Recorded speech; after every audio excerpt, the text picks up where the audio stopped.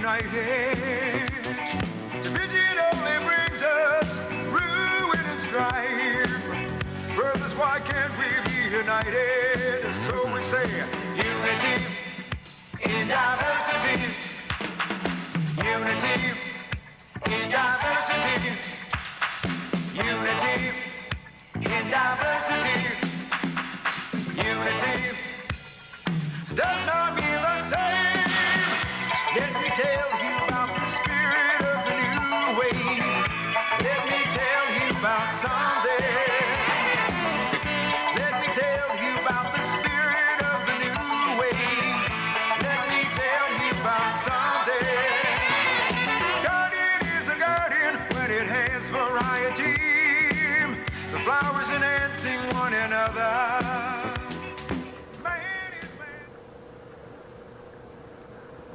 Hi, I'm John Smith, and I am your host for a new and different show, Unity and Diversity, sponsored by the Baha'is of Memphis and Shelby County. For those of you that are tuning in for the very first time, and I guess that means just about all of you since this is our very first show, I would like to welcome you, and also thank you for allowing me to share a part of your day. Our first show, we're going to talk about unity and diversity, and particularly we want to focus on diversity of the world and its people, and also how it relates to our community here in Memphis, Tennessee. And of course, you know, this year we're going to be honoring Kenya and Memphis in May. One of the things that we're going to bring out in the show today is a unity and diversity of the people, but the main reason, or one of the main reasons for fear and distrust among people really is fear of the unknown. But once we can bring the things out, the customs that people share and the things that we do, we'll find we have a lot of things in common. And there are people here in Memphis today that are working to that end. There are people that are working in the soup kitchens. There are people that are helping people in the shelters and Mission Possible and some of the organizations. And to those people, I would like to make a special dedication of this show. And if you know any of those people that are working in the human area, have them tune in on our show. We'll have future shows. But back to the focus of the show today, which is unity and diversity. We're going to be talking about today my guest from Africa and also from New Zealand. And of course, my first guest is going to be Mr. David Isen, who was educated in Nigeria and also Ghana. He also went to the University of why don't I get him on the show and let him tell you his background? He knows it better than I do. Welcome to the show, David. Thank you very much. My name is Edward Isen, and I was born in Ghana, and really come from Nigeria. Oh. Ghana, the African culture is so diverse that if your parents come from one area and you are born in another area, you still come from where your parents come from. So my parents migrated to Ghana, where all the children were born, but I still have my land, my line of heritage and everything is in Nigeria. So sometimes I claim to come from Ghana, sometimes I claim to come from Nigeria. Oh, well, that's kind of interesting, but the first interesting thing was I said David right off that. I don't know where I got David from, but if you'll forgive me for that, then I'll forgive you for anything you do in the future. How about that? I do that. Okay. That's beautiful. Well, yeah, well, first tell me, what about, now let's take Ghana for an example. One of your parents is from Ghana. Right. Okay. Right. Now, which parents from Ghana? Right. My mother is actually from Ghana, and my father migrated to Ghana from Nigeria. Oh, very interesting. Well, tell me a little bit about the people of Ghana. What's the religion there? What type of religion do the people have? Oh, most of the people in Ghana are Christians. There are some Baha'is there. There are some Muslims. It's so diversified.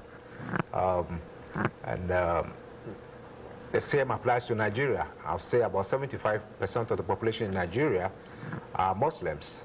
Along the southern coast of Nigeria, there are Christians. So it's such a melting point of Christianity and religion, I should say. You know, Africa is so diversified, and so there are so many people from different backgrounds and different cultures, and it makes it very difficult for cohesion. But if we are able to understand one another, which is the most important thing, to eliminate fear, and to have trust and hope and faith, I think that block, which is distrust, which is fear, can be eliminated. Well, that's one of the things that we're going to try to do on this program, is to let people know something about Africa, which we thought for years was a dark continent. We're going to bring some light on some things. But first, I would like for you to show me where on the map, show me Africa on the map and where you're from. Okay. Africa is all this area. It's the second largest continent in the world. And I was born in Ghana, here. And my parents come from Nigeria. And you can tell from the different colors that it's such a diversified continent. Each state, as you call them here, is a country by itself in Africa. So to leave Nigeria to the next border town, you have to get a passport, get a visa before you can cross. So it makes it difficult for people to actually travel. Unlike United States, where one can leave New York and go to California, you know, here you have to go to the embassy in Nigeria if you want to go to Ghana, and then get a visa. You have to get your passport. You have to get all the inoculations before you can leave Nigeria to go to Ghana. And right now, the coast is trying to form a united front so that one can actually live with those things without going through all the red tape, as we call it here. Right. We call it, you know, red tape. But I didn't Right. know that you had to have a passport or a visa just to go, you know, 10 miles across another border. Right. But now, for an example, what about exports from your country? This is something, you know, that we know in America we use a lot of raw materials, etc. So what does your country export? Okay, in Ghana, Ghana exports gold. Oh. In fact, according to statistics, it is the richest, it has the richest square mile of gold in the whole world. It exports diamond, it exports manganese, it exports bauxite, and it's got cocoa, which is used for coffee, for cocoa, and, you know, chocolate and other things. Nigeria has a lot of cattle, so it exports hides, it has tin, it has bauxite, it has a whole wealth of mineral resources, and these are also exported to other countries that need them. Yeah, well, this is very interesting because, you know, we in America sometimes think that we have just about everything we need, but we're interdependent on the other countries of the world, and I think it's very important that we as Americans realize that, and this is one of the reasons why we need to know more about people from different cultures so that we can eliminate the fear and become friends and get on with making a better world for us all to live in. All right. Speaking of a better world, when did you come to America?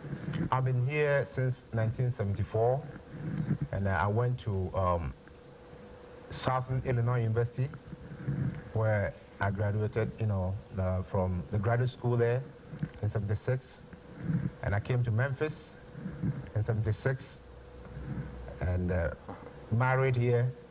Oh, American wife, huh? American wife. So this is your coming to America. Remember there was a movie about coming to America with Audie, what's this guy, Murphy? Eddie Murphy, yeah. Yeah, so you did it in actuality. Oh, yes, I did it. Very good. I came from Africa, and I got married in the United States, you know. Oh. And from Memphis, I went to St. Louis, where I worked for a while, and I went to Southern Illinois, and I went to University of Iowa. I went to another graduate school there, and when I completed, I came back to Memphis because my wife comes from here. Wonderful. And I worked for Shelby County government, and I taught at Shelby State Community College, and now I'm working with Federal Express as an engineer. Yeah, wonderful. So we can see that we have people from other parts of the world that come to Memphis, and they certainly bring a rich heritage to Memphis, and also they bring us their talents and hopefully their friendship. And perhaps as we will learn a little bit more about your custom as we go on and further down in the show, which will probably save something for the people, give them a little surprise and make this a part of our show. I'll try to do this in the show, is to sow you know, just surprise everybody a little bit. I'm sure you can find something to surprise us about. But now, are there any, for example, if you came from Africa or Nigeria, were there any cultural shocks when you came to the U.S.? What did you find that was a little different here than there?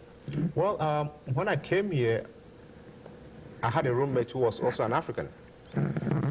And in Africa, it's customary for young men to walk on the street and hold each other's hands. That's certainly different than here. You'd really look at that as a fruitcake if you walked down the street holding a man's hand in America. Right. So we were going to the grocery store, and we didn't have, you know, transportation at that time. We were close to the grocery store. So on the way, by accident, you know, it was cultural. So I held his hand. So he shook his hand off, and I was shocked. I said, why? Are we no more friends? He said, no, in America, you don't do that. You don't hold somebody's hand. I said, why? He said, they will call you a fag. I said, what is a fag? So he went ahead and explained what it was. Explain to you if that was just some of our jargon. When you come to America, you're going to have to learn, in other words, do as the Americans do, more or less. And I guess it's reciprocated in going to other countries. I remember once in Cambodia, I traveled there, and I was told that one of the things we didn't do there was you don't touch someone on the head with your left hand. Right. So, in other words, if we want to get along with people of a different culture, I think we best try to learn something about that culture, because otherwise we're afraid that they're going to do something that's going to be threatening to us, or I might do something that's going to be threatening to you. But if I understand why you do things and you understand why we do things, then we have that understanding. We can bridge that gap, and we can, you know, get on to live a life in peace and harmony. I think this is the theme a lot of people in this country really believe in today, is live and let live, and to live in peace and not in fear. What type of athletics? Are there sports-minded in your country? Oh, yes. Most of the people are, you know, very athletic. In fact, the most important athletic game in terms of, you know, football and other things, what you have here is soccer.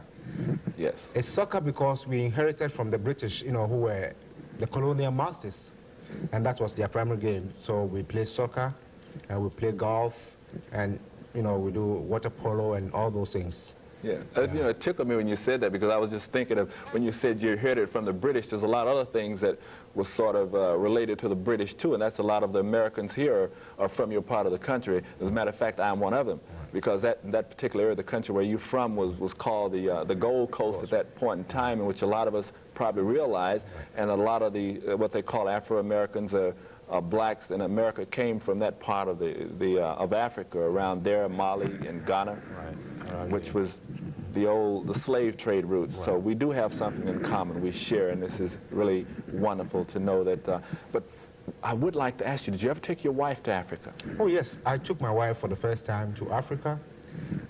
That was last year, 1988, and she was shocked. She was shocked because from the media and, you know, what have you, people depict Africa as being a jungle, and, you know. So when I took her to Africa, we landed at the airport. She was surprised. She asked me whether we were in Africa. I said, yes, this is Africa. So we went through the custom, and then the next day we flew to another part of the country, and she was surprised that we had planes, you know, flying from one city to another in Africa.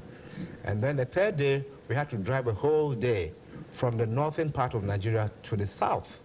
And we had expressways, and she was surprised we had expressways. So, I mean, she was really shocked, and she was fascinated about it, and she took so many pictures. Oh, well, that's wonderful. Do you plan on taking her back again? Well, she wants to go back every year.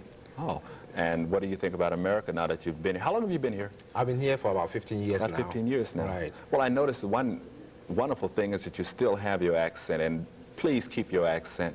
I think it's beautiful that we come together. We don't have to lose our identity, and this is what it's all about, is you maintain your identity, I will maintain my identity, and I can appreciate that in you. But the one more question I would like to ask before we're going to take a break and come right back with some interesting things. I have a surprise for my guests after this, and also I have another guest from New Zealand that will be with us on the next part of the show. But basically, do you like it here in America? Oh, I love it here in America because America is like a melting point for different cultures.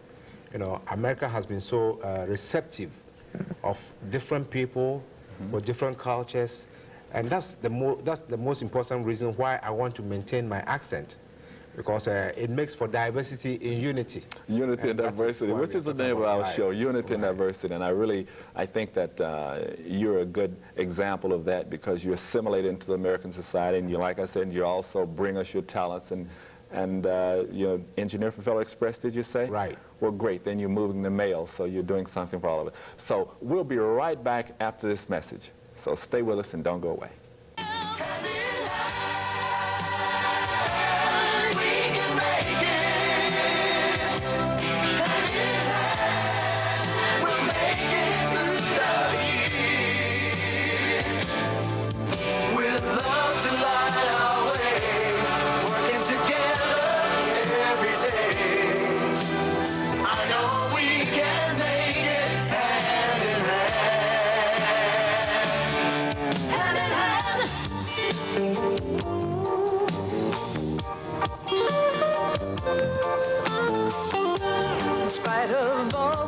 Things we have, you know we should remember our greatest asset is our people. And once we realize that we all need each other, we can go anywhere. For us there. Welcome back to the show, Unity and Diversity. The theme music was really great, and I hope you're enjoying the show. But for you that are tuning in on the second half of the show, I have a special guest this afternoon, Diana Chambers from New Zealand. I'd like to show you for a moment where New Zealand on the map, for those of you that don't have any idea. It's on the opposite side of the country, and she's from Auckland, New Zealand, which is about here on the map. And I'm going to find out what happens in New Zealand. Hello, Diana. Welcome to the show. Thank you, John. Okay. And Diana, just tell me briefly, what do you like about New Zealand? It's very green and it's very beautiful. Okay. All right. With that, I'm going to save the best for last. I want to get right back. Edward is here with us again, and the surprise was he's in his native dress. I'd like to ask the question about that. Is that worn by the common man, or is that worn for kings? Who wears that in Nigeria? Well, traditionally it was meant for the kings, but things have changed so much that anybody can afford at the moment to wear this. And this is called kente cloth. It's hand woven, and it's made by a tribe called the Ashanti people, and they come from an area called Bongwere, close to Kumasi, which is the capital of the Ashanti tribe. And this thing can be bought today in the market. You don't have to be too rich to buy it. Would you wear that, for an example, if you were just going shopping downtown on a normal day, or would it be a night dress for a special occasion? How would it be worn? Well, this is normally worn on occasions, because it's a little heavy, and it's all cotton. So when the chiefs have a tradition, or when there's a banquet, honoring somebody, just like the tuxedos you have here. Yes. This is the tuxedo in Ghana.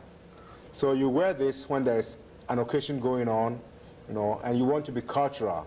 You can still wear your suit, put on your tie, but when you want to project the culture, you go into the African, dress, which is the cloth.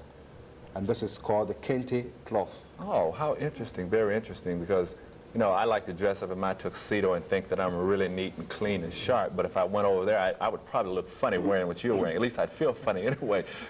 But again, now, how much would a piece like that cost? It used to be very expensive. It used to be. But the weavers have become so specialized that, and because there's so much demand for it, and most of the people have also learned to weave the cloth, so it has become very cheap. And this one, for instance, will cost close to about, according to Ghana dollars, I'll say close to about $300. Yes, that is an expensive piece. But what I want to do briefly here, I see that you brought some of your artifacts back with you. Would you just give us an idea of what you have? You explain them, because I really don't know what you've got. Tell us what they are. This It's a carving of an African woman. And I just wanted to show a little piece of this artwork because it depicts a little bit about the culture we're talking about, the unity in diversity. And this is a symbol of a woman bringing meals to her husband. And by custom, she has to kneel down before she puts the meal on the table for the husband. I wish we had American women would do something like that. They'll probably dump the whole bowl on your head if you ask them to kneel down and serve them. But that's the difference in the culture. I want to make mention of the fact that I was in North Africa myself, and one of the customs was that they would give you mint tea. And if anyone is listening is from that part of the world, you'll realize that this is something that's done there. And also they have the bread there, and when you go, they give you the kush, they fix a special meal for you. And one of the things is that if you don't eat the meal, then you've insulted them. And I don't know if the same is similar in your part of Africa or not. Oh, it's very similar. In fact, when you go to any African person's house, the first thing he does is to give you water. And when they finish giving you water, they'll give you a kola nut. It's a nut to symbolize the fact that you are our guest and you are welcome into their house. Okay, well, why don't we run through and just give us an idea what the rest of those, and so as I got some interesting things I want to talk to Diana about, but just give us an idea what the rest of those are quickly for us, please. This is another carving which depicts a pregnant woman. Interesting. And in the olden days, they had a birth stool. So you sit on this stool to have babies. I know this culture is dying out by virtue of our immense technology. But this is just to depict what used to happen those days. And I know one day it's going to come back because the world is so dynamic and people are always changing. So here we have a pregnant woman trying to have a baby, and she has a birth stool on which she sits, and the baby will come down this way where they have a soft cloth to hold the baby. Oh, wow, that's really different than anything that we've accustomed to here, but this is what the name of the show is, to show us the difference in diversities and the things we do have in common. Right. Okay. Well, Edward, I want to, just a moment, please. I think I need to ask Diana a question because our time is running. I may have to have you back for another show if you'll agree to come back with us, but I want to get over to Diana before my time runs out today. So I really thank you very much for your input, and peace and love to you. You're welcome. Okay. Now, Diana, tell me something about the people of New Zealand. Well, New Zealand is a pretty diverse place. The majority of the people are probably Caucasians from England and Europe, but I would say a good 20% of them are Polynesians. Oh. And the native peoples of New Zealand, when the white people arrived, were the Maori, and they have pretty much intermixed a great deal with the white people. But there's also a lot of other Polynesians from the islands all up in the Pacific, the Tongans and the Niueans and Samoans. So it's a very diverse Polynesian culture getting established down there now. Okay. Well, now, just to find out a little bit about your exports from your country, what is your country export that we could use? Well, I told you it was very green and wet. So a lot of the produce, it's a primary producing nation. So we have vegetables, apples, fruit, the kiwi fruit you find here in the markets, a lot of other produce like timber, meat, mutton, wool, all these primary things that can be grown, out in the open. Yes, of course. Orchids, strawberries, things like that. We don't have that much in the way of natural resources, so there's a little bit of iron and a little bit of gold, but it's mostly primary. Well, I think the climate there is probably constant, is it not? I understand that in some parts of the country it's green all year round, and on some other parts there's snow all year round. Well, I don't know, if you're looking at the map, you'll see it's a very long, skinny country. It's about as far north to south as, say, California is. So with California, you go from quite cold climate in, the northern part near Canada, and it's the same in New Zealand, but upside down. It's cold in the south and warm in the north. Okay. Now, there's one question that I think I want to propose to you and Edward also, but this is a simple question. Well, what do you think could be done to bring about unity between ethnic groups?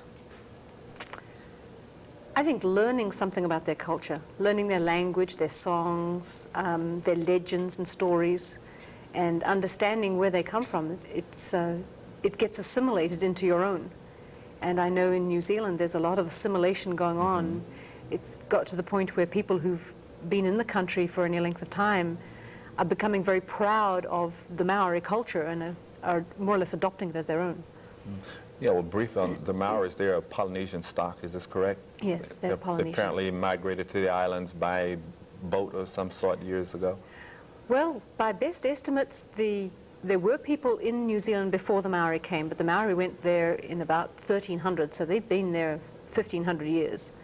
And that's a long time. They're well established, the native peoples. Okay, I know I'm running a little bit out of time here, but I wanted to propose the same question to Edward. Yeah, to bring about unity among the ethnic groups, yes. I think the most important thing is communication and elimination of fear. And you have to interject love, faith, and hope. And with these three attributes, I think there wouldn't be any doubt in anybody's mind that you can work with somebody else, because you have eliminated fear, you have love, and you have faith in the person. That is the ingredient we need, not only among ethnic groups, but among all peoples of the world, so that with our diverse background, our diverse culture, we can all be one. Wonderful. And now, let me ask you a question. Do you think you could get along with this lady in a working environment here in America? I will get along very, very well with Diane. I'm absolutely confident of that. Well, this is what the show is all about. It's about unity and diversity, showing people of different parts of the world we can get along together. And I'm so proud that you could come and be on the show today. And perhaps we can do some projects in the future to show the people of Memphis that their racial unity, ethnic unity is a thing that we need to do. We need to do things together to show people that we are one. We are the world. We are the future. Right. And again, I'd like to thank you and also say that although we are diverse, peace and love for all of us. Thank you. Let me tell you about the spirit of the new wave. Let me tell you about someday. Vision only brings us ruin and strife. Brothers, why can't we be united? Vision only brings us ruin and strife. Brothers, why can't we be united? So we say, unity in diversity.